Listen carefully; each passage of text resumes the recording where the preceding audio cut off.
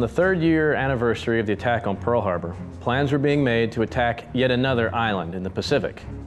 We were slugging it out, island after island, and people were starting to question, why? It was going to be codenamed Operation Detachment, but it'd be forever known as the Battle of Iwo Jima. But why Iwo Jima? It was strategically placed between the Marianas, which was our furthest northern advance throughout the Pacific, and mainland Japan.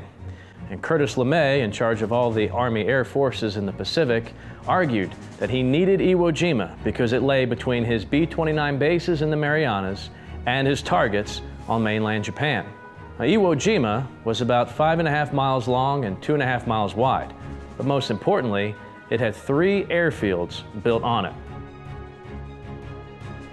It was nothing but a volcanic mass of hot black sand. But these airfields would prove critical, not only for fighter escort to support Curtis LeMay's B-29 bombers, but also as an emergency landing for his damaged bombers returning home. So the date was set. L-Day would be 19 February 1945, and to date, it would be the largest Marine invasion of the war. It would include the 3rd Marine Division, the 4th Marine Division, and the newly formed 5th Marine Division. The 5th Marine Division had a very unique task once they got on the island. They had to secure the high ground of Mount Suribachi, which lay at the southernmost point of Iwo Jima. This was critical in the rest of the Marines to move forward and push north through those rocky ridges and secure all 3 of these airfields. Now, Mount Suribachi was laced with underground caves and tunnels where thousands of Japanese were operating from underground. And they had very large, formidable defenses hidden deep within Mount Suribachi. Now, the invasion actually started 2 days before the Marines hit land, on the 17th of February, 1945. We deployed 12 landing craft infantry gunboats, specialized gunboats designed to deploy our underwater demolition teams, known as U.S. Navy Frogmen. Now, the job of the Frogmen was to go in and secure the lanes of seaborne mines in preparation for our Marines to land 2 days later. Of course, the Japanese, thinking that this was the main invasion, opened fire with their shore defenses and heavily damaged all 12 of these LCI gunboats. But their muzzle flashes gave away their positions, and the Navy was paying attention. And 2 days later, on 19 February 1945, 110,000 Americans attacked a force of about 20,000 Japanese. Now, this was the largest Marine invasion at the time of the war, and it would be one of the bloodiest. In fact, it would be some of the bloodiest 36 days in Marine Corps history.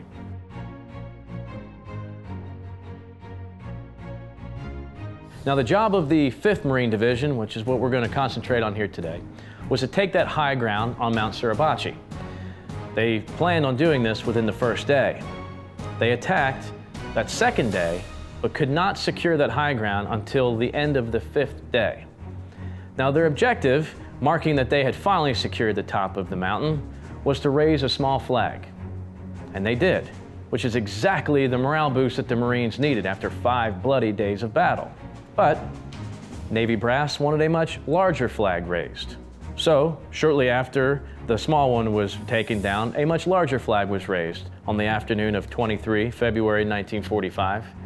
But hardly anybody noticed this second flag raising, except this was captured in a photograph taken by Joe Rosenthal, a photographer for Time Life.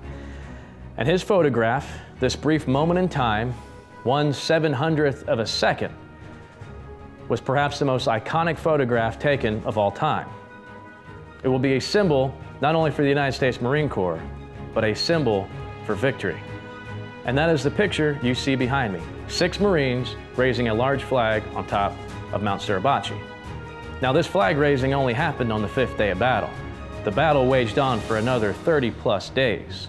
When the island was finally secured, Curtis LeMay argued that without Iwo, he could not have bombed mainland Japan. And Iwo became a staging area not only for our fighter aircraft, but for our bomber crews as well. Many airmen lives were saved because of that emergency landing strip that we had on Iwo Jima.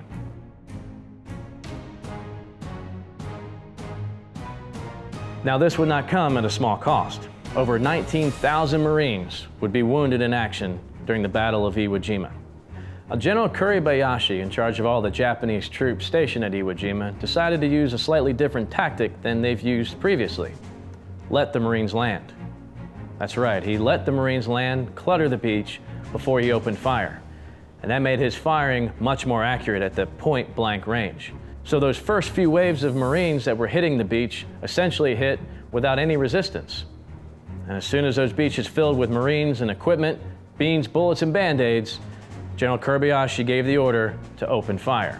Now, of course, the Marines, wishfully thinking that most of the Japanese garrison was knocked out in the weeks of bombing from our Army Air Corps bombers and from the naval bombardment. But little did the Marines know that the Japanese were completely self-sufficient, living underground in these caves and tunnel systems. And that would prove very important as the battle waged on, because as one position would get knocked out, another Japanese soldier would then inhabit that same exact position, making it very, very difficult for the Marines to advance. In fact, their advances were measured in mere yards by the end of the day. And around this same time, the Marines were developing a special assault team. This team was organic in itself, made up of engineers that were assigned flamethrowers and satchel charges. Now, these flamethrowers would prove pivotal in destroying these underground emplacements. The M2-2 flamethrower was a specialized weapon that the Marines were using during World War II. They started using them during the Battle of Tarawa, and they began perfecting the way this weapon system operated when they hit the sands of Iwo Jima.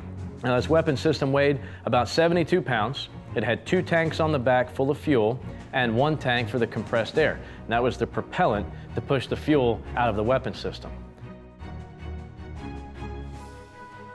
The gun group consisted of a trigger at the back, which would release that fuel down the tube, and the igniter on the very end. So as that fuel was pushed through over that pilot light, it would go out to a range of about 75 yards. But that fuel burning at the end of the ignition system would be about 2,200 degrees Fahrenheit.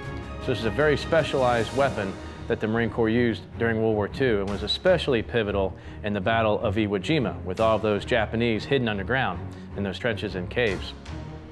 Now, he was not a one-man team. He was only part of the Marine Corps assault team. It was typically a 4 to 5 man team, and working alongside the flamethrower operator was a satchel man. Now, you could burn the enemy out, but you still had to destroy the bunker, and that's where the satchel came in. The satchel was about 22 pounds of TNT, so the flamethrower operator would ignite the fuel and shoot it into the bunkers or into those trenches and caves, and then would back out, and your satchel man would then move up within arms throwing distance of that satchel charge and ignite that TNT to completely destroy that enemy emplacement.